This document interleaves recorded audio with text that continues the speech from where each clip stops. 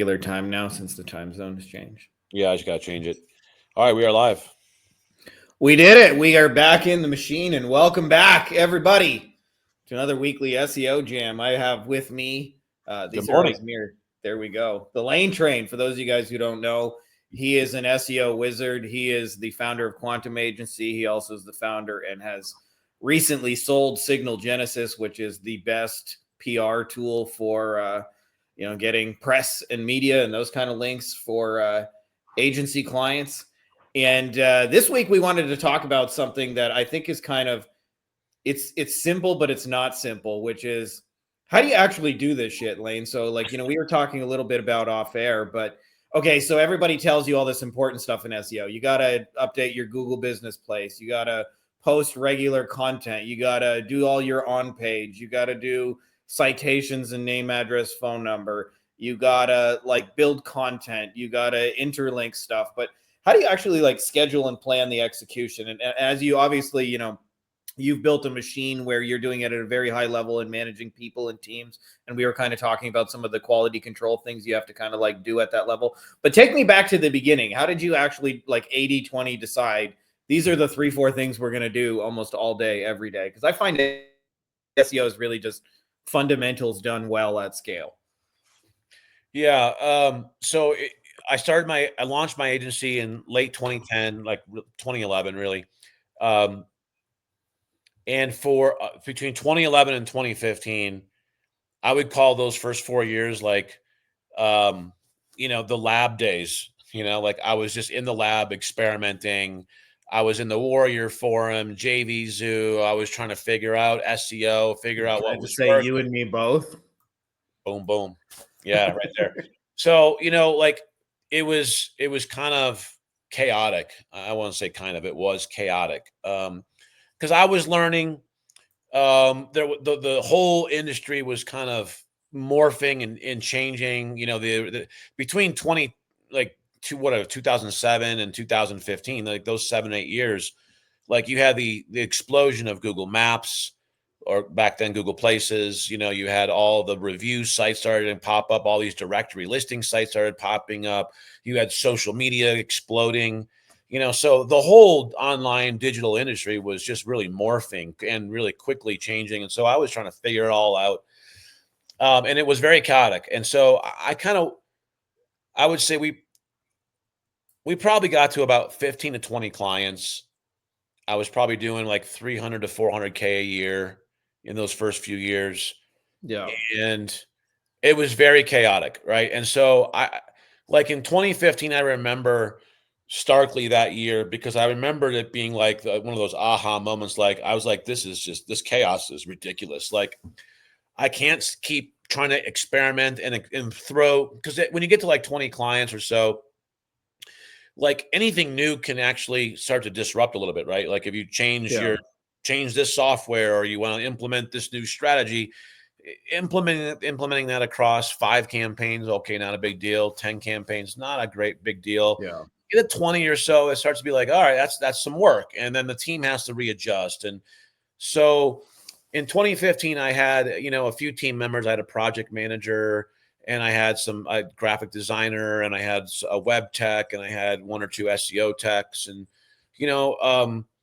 I just remember it being very chaotic, and me going, oh man, I got to fix this. This is just I'm never going to grow and scale this with this amount of chaos in our company. Yeah. And so between 2015 and 2017, it literally took me about 2 years. My goal was to dramatically shrink our technology stack, because, with the Warrior Forum and JVZoo, there was all sorts of software we were trying to use and figure out. Can I just say there's supposedly a new hot SEO technique that's cranking, right. I was in the Warrior Forum too. And so you felt like you had to do everything, at least I did. Yeah. It was really spray and pray in the beginning, the first few years. And, as I learned SEO, as I started to see what worked and what didn't, as I experimented in my own research, that took many, many years. That just wasn't hey, I just figured that out. And as the business was, or as the industry was morphing and changing, there was new data points. The algorithm was changing with all that. So, like there was nothing really constant back then for me either. It was just a lot of change. But I remember going, all right, we've kind of settled in. We've figured out kind of what works, what doesn't.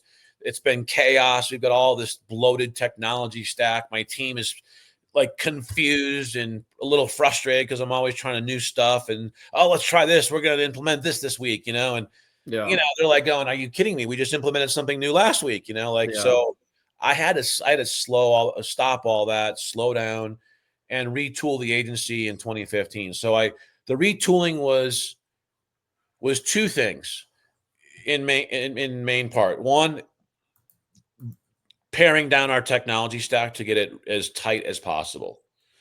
And that was a journey. That wasn't like I'm going to do that, and then like 2 months later it was done. Like that took me another couple of years. Yeah. I finished that process in 2018 when we implemented HighLevel. That was like the final piece of the technology stack for us in our agency.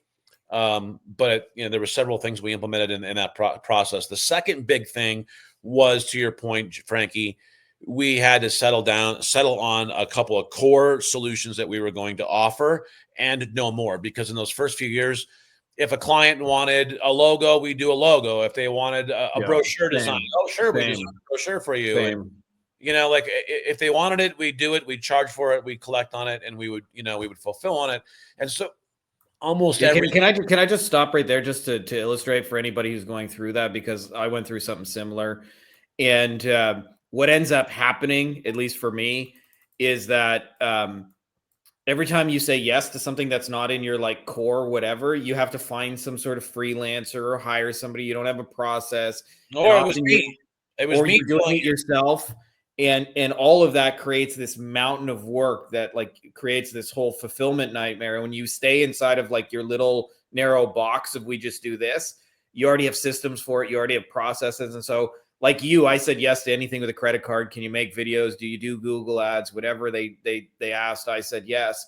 And all that it ever created for me was 80, 90-hour work weeks, alone on a Sunday night, trying to catch up on emails and work, never having 5 minutes to myself, and not even really knowing any better. So I just kind of wanted to share that because that's an extremely important point, what you just made.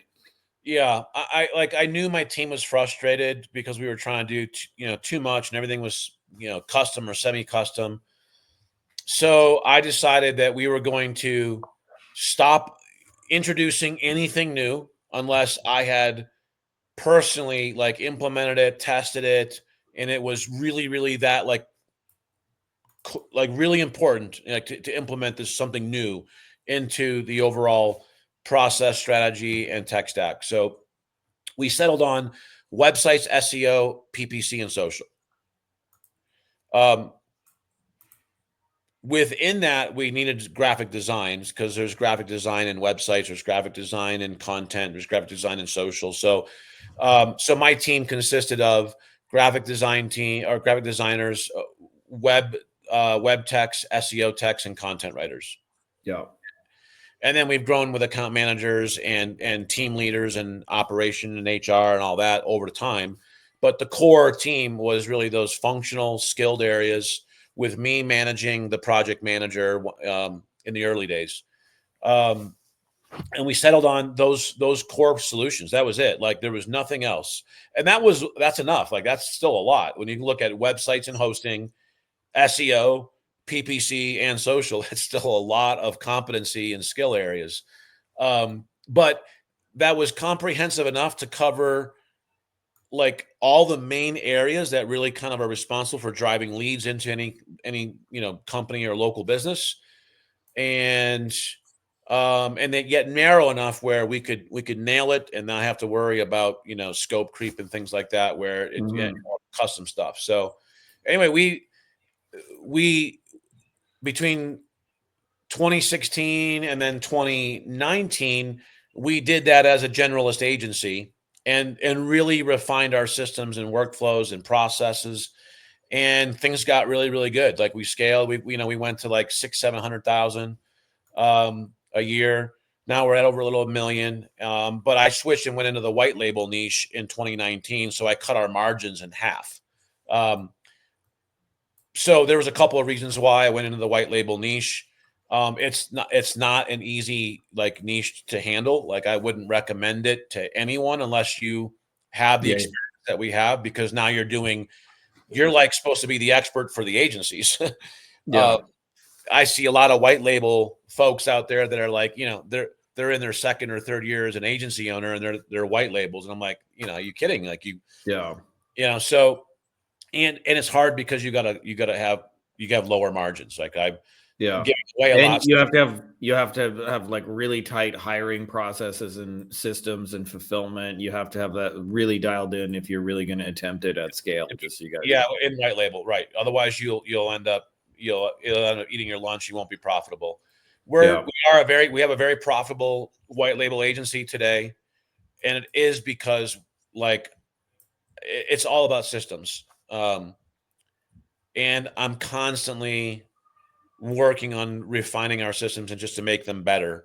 So getting the shit done in our agency today is a combination. Right now, it's a combination of making sure our strategies are on, making sure that my operations manager is equipped with the human capital and the systems to oversee the operations efficiently and make sure that everything's getting done.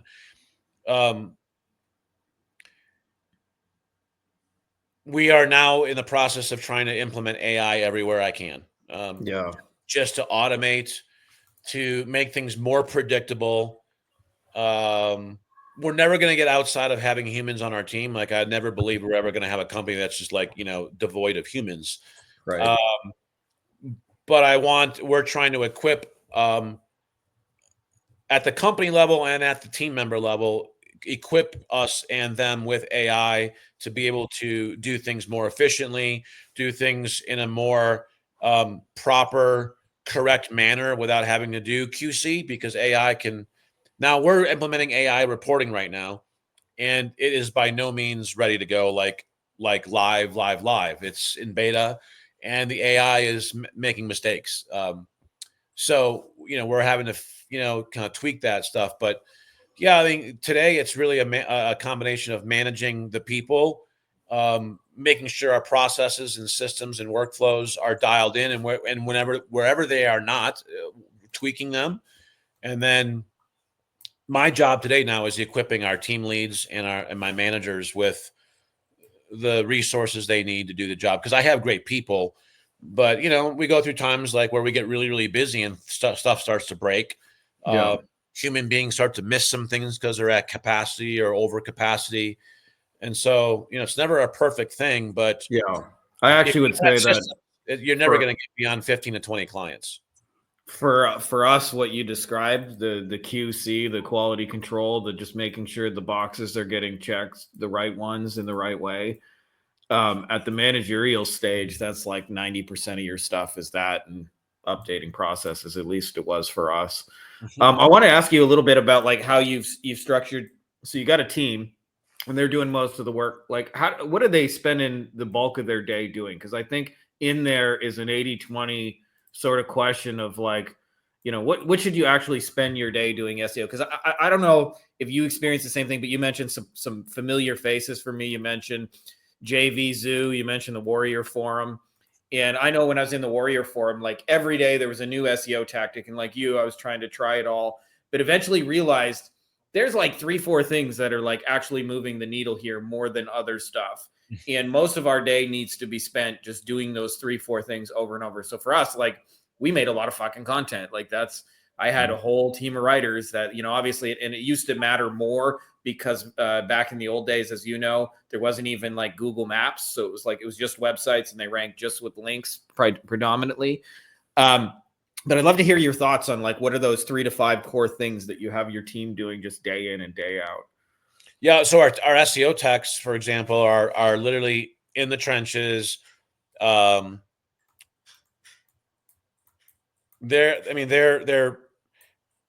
I would say, so there's still manual work. It's kind of odd, but what's happened here, but we've gone through like truly manual SEO into leveraging tools and AI and automation.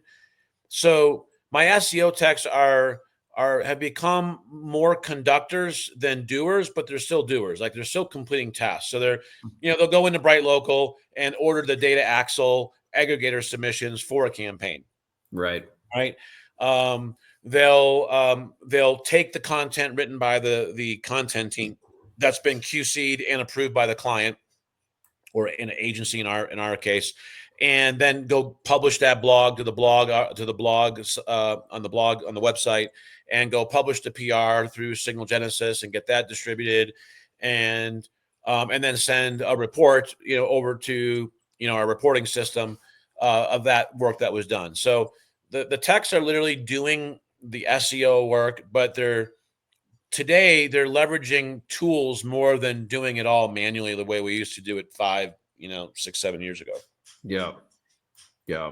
And I think actually that's the smartest way to do it, is to train your team on the tools. Like, obviously, like I'm not in a neat little box and we're doing like a lot of partnership style deals, but actually what I just wrote down in the middle was something for one of my people, and all our team is trained on AI tools. Like, like for example, little thing, but our video guy, when he posts a video, he's got to generate a YouTube description every single time. And YouTube descriptions, as any of you guys know who create them, nobody fucking reads it. So yeah, it's just for the algorithm. And so we have AI tools to do that. In the beginning, I was having, Mark write these 500 word descriptions or whatever to be SEO optimized, and they were just a pain in the ass. And I wasn't completely happy with it because I hired him to edit videos, and so he wasn't like the best writer or anything like that. And what we eventually figured out is, like, if we train him on the tools will actually do a better job, and he'll create a better output faster and things like that. And so I think, like I think like most of the work is getting your team up to speed on the tools so that they can do the tasks as you. And I'm sure you're not doing everything manually, but at the same time, like I've gone through the evolution of like those tasks first done manually before we automated them, so we know what we're supposed to be automating. Because I find a lot of agencies want to automate stuff that they've never done right one time. And so I see this like with cold outreach. It's like somebody sends 100 messages and nobody responds, and now they want to automate that and send it to 100,000 people. And it's like, well, why don't you slow down and get one response manually from one message before we worry about sending 100,000? Anyways, I don't know if you have any thoughts on that. Yeah. No, I mean, I mean, it's part of why I created SEO Success Academy, is because there's all this noise, and in the SEO industry and Facebook, and it's just like, what do you got to focus on the things that really move the needle. And if you try to focus on all these other things that are out there, all these cool little tricks, and most of that stuff doesn't actually really work. Like, people might think, the people that are promoting it, like here's one of the famous ones I see. I still see people trying to sell this crap, but you see these maps with all these like directions from all these different places, and these maps, they say these visual maps that have all these driving directions to like the Google listing, and people are selling it like that. That stuff actually works. Like, that stuff hasn't worked for years and years. Those crazy map driving direction stuff. Yeah. But it looks amazing. Like, it looks impressive visually. It's like kind of appealing, and it looks like, wow, I could see how that would work, because it looks like it should work. And if you go down that rabbit trail, like, you could spend months or a whole year in your SEO campaigns doing something that absolutely has no impact at all. But it sounded cool because somebody was, talking about how amazing it was, and they thought it was working for their campaigns. And again, most agencies who are doing SEO truly are doing the spray and pray. They're doing a bunch of stuff that they think is going to work, and then they hope it's going to work. And then if it works at all, then they go, okay, it's working. And they don't really know what actually of what they're doing is working. So the spraying part is very, very it's not targeted, right? So no, I know what you mean. Even when the spaghetti sticks at the wall, you're not really sure which spaghetti that you flung at the wall actually, caused the needle to move. Right. So, you got to do refined testing with one, single variant testing really is, So yeah, if you want to skip all of that and kind of capitalize on my 15 years of experimentation in the lab with SEO, join SEO Success Academy. But Yeah, that's, like and then the SEO is just one component of what we deliver on. It's the biggest for us. It's the biggest component, but we still have websites, we still have graphic design and social, and there's a lot of moving parts here. And so organization systems, organization into systems in your agency is the only way you're going to get stuff done at scale with quality and predictability. Yeah, amen to that. And also, I got to bounce for time here, but I just wanted to say that join SEO Success Academy. Lane is like literally giving this away, and I'll tell you right now, the amount of what Perry Marshall calls the stupid tax, which is mistakes you make that you don't know you're making. I paid probably at least 7-8 years of stupid tax by not knowing any better. Stupid and for tax like, yeah, for like less than you would go pay for a fucking burrito. Yeah, Homeboy $17 a month. It's homeboy over here is going to walk you through exactly what to do and give you a lot more signal and a lot less noise. And I'll tell you, part of my motivation for doing this, and I'm sure you share a similar kind of feeling, is, man, I really wish this shit existed when we started, because man, it could have shortened my learning curve by like 10 years. But we just took a lot of arrows to the chest. But for $17, you don't have to take arrows to the chest. So anyways, that's my shameless plug for this guy. Thanks, Frankie. All right, guys. Well, I know we got to bounce due to time, so I hope you all enjoyed this jam session this morning. I was talking about how to really get the stuff done in your SEO or digital marketing agency. You guys are awesome. Thank you, Frankie. See you, brother. See you.